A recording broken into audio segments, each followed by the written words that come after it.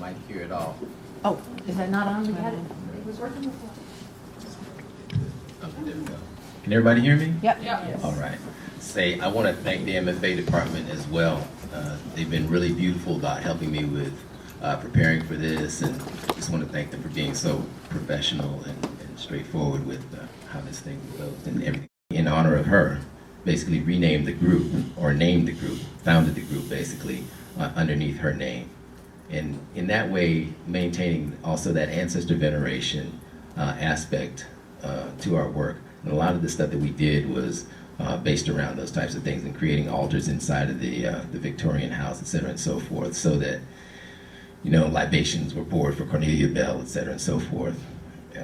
We basically learned about her from her grandson, who had formerly owned the Victorian house. The one to the left is a show that we did on basically anti-gentrification perspectives in that particular neighborhood, the anti-gentrification activism in that particular neighborhood. We were attempting to form a cultural district down there where there would be just arts, music, and culture. The one to the right for Oshun, which is another woman warrior. Oshun is a woman warrior, carries a machete as well, and has a lot to do with passion, forever pregnant is Oshun, right? And love making, et cetera, and so forth. And so we did this particular show for Oshun. Next one. And the third one we did was for another great artist here in the Bay Area, Emory Douglas. Emory Douglas was the cultural minister of the Black Panther Party and did a lot of the propaganda and imagery for the Black Panther Party's newspaper. Is still a contemporary artist, is still doing work all around the world, but what I wanted to make note of is that he too is not necessarily, he hasn't been really canonized in ways that show how influential his work has been on a global scale. Last time I spoke to Emory Douglas, he had come back from New Zealand, where there was a Black Panther Party in New Zealand today that was awaiting his arrival to paint murals and things of that nature down there. So his global influence is not necessarily talked about in contemporary journals and things of that nature, like the art forums and art weeks and Art in America of the world. So, over slide. And this here is a piece from our art collective called the Oakland Maroons Art Collective. Oakland Maroons Art Collective, again, wanted to honor the Black Panther Party in the 10-point program. We did this show in 2012 at the First Love Gallery on Telegraph Avenue and got a lot of good feedback from it. Significantly, the first woman from the Black Panther Party, the first woman to ever join the Black Panther Party, is also a visual artist, Tarika Lewis, and she joined us in this show.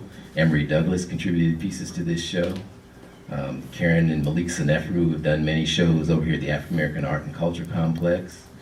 And it was curated by myself and Rifa One, who is one of these legendary graffiti artists as well at this particular point. These are two pieces that I did for the show. Again, these things are about this big, and they're done with coffee stains and glitter. Yeah. And these are small votive pieces for Spurgeon Winters and Wilton Armistead. These are young men at 21, 17 years of age that were shot by police in the 1960s in Chicago and Seattle. And they were very young Black Panthers. And so we were setting up altars and things of that nature. And these are two of the pieces that I made for them. Next slide. This is a piece done for the Yerba Buena Center for the Arts. It was a performance piece, and it was projected inside of the Yerba Buena Center for the Arts as part of a group that I was with, a think tank called the Future of Soul Think Tank. So we were to imagine some different performative and artistic practices. And this ritual took place in West Oakland, less than half a block away from where Huey P. Newton was shot, basically. Now, all of these people back here are artists. This gentleman right here is a turf dancer in an egun costume, as a traditional costume for people that do ancestral dances. I did these pontos escados for 4 artists that had died over the past, say, 5 or 6 years. This one from Malonga Cascalord, Congolese drummer, that brought Congolese dance here, basically to the United States. This one for a very famous jazz drummer.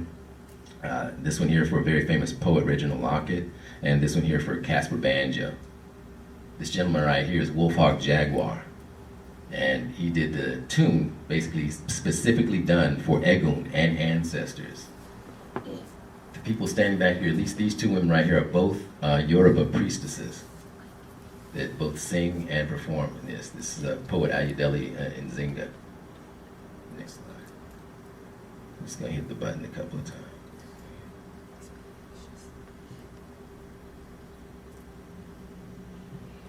So, as you can see, so there's multiple disciplines happening here.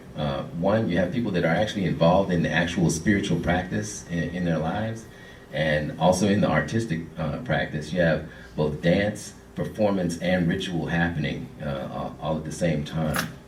And these are all contemporary artists. These are all contemporary artists right here in Oakland and performing in West Oakland. One more time. Okay. When I talk about secular spiritual practice, some of the things that need to be acknowledged are, oftentimes we'll look at the old gray picture of the bottle tree, like the one that you see here from the south. The bottle tree is, of course, used to keep away all those bad spirits and things of that nature. The bottle trees and bottle glass found on even grave sites in the Congo, which is originally where it comes from. Hit the slide one more time.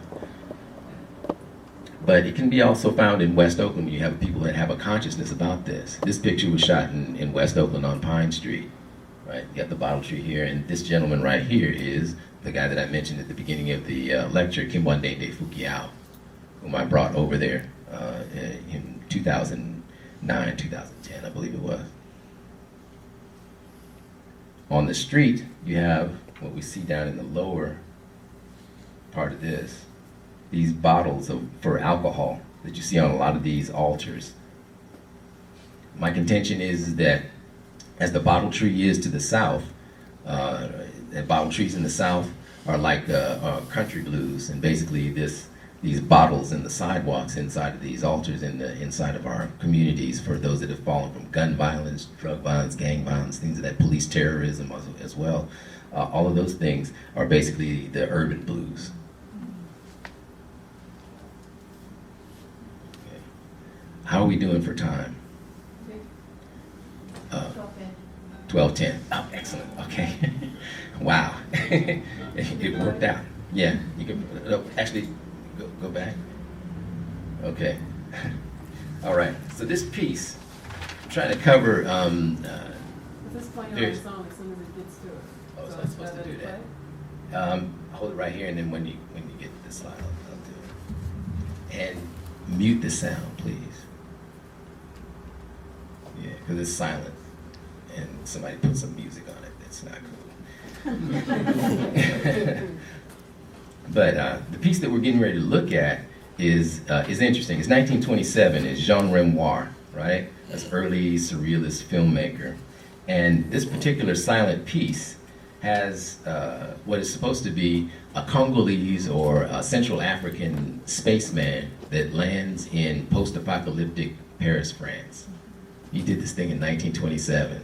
But it's odd, and you'll see its oddness from the beginning, and I'm going to contrast its oddness with what goes on in the final piece that I show by Khalil Joseph, right? So you have some of the same elements.